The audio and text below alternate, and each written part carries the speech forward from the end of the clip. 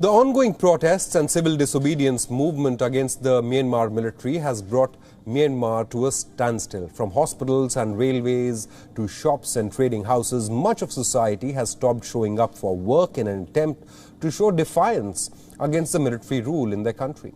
The growing persistence of the civil disobedience movement has evolved into a potent weapon against the military. According to reports, up to 90% of national government activity has ceased.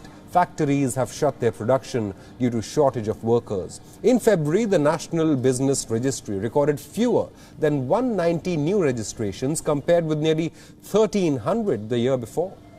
With employees of private banks joining the strike, most money flows in and out of the country have also stopped. In a country where at least a third of the population was already living below poverty line, civil disobedience is bringing tremendous self-imposed hardship to the people of Burma.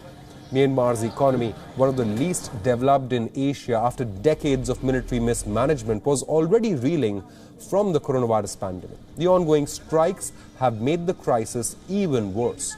However, protesters are hopeful that few days of hardship will help serve their purpose in combating the military rule in their country.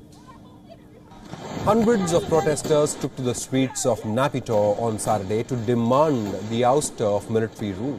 Security forces, however, continued their violent crackdown on the protesters in the northern part of the country on Saturday, despite international pressure growing on the military leadership.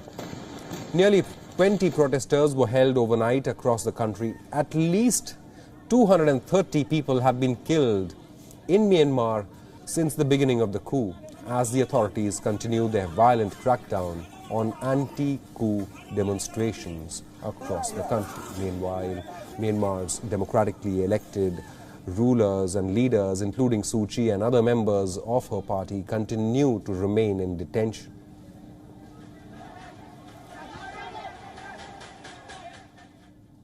WION is now available in your country. Download the app now and get all the news on the move.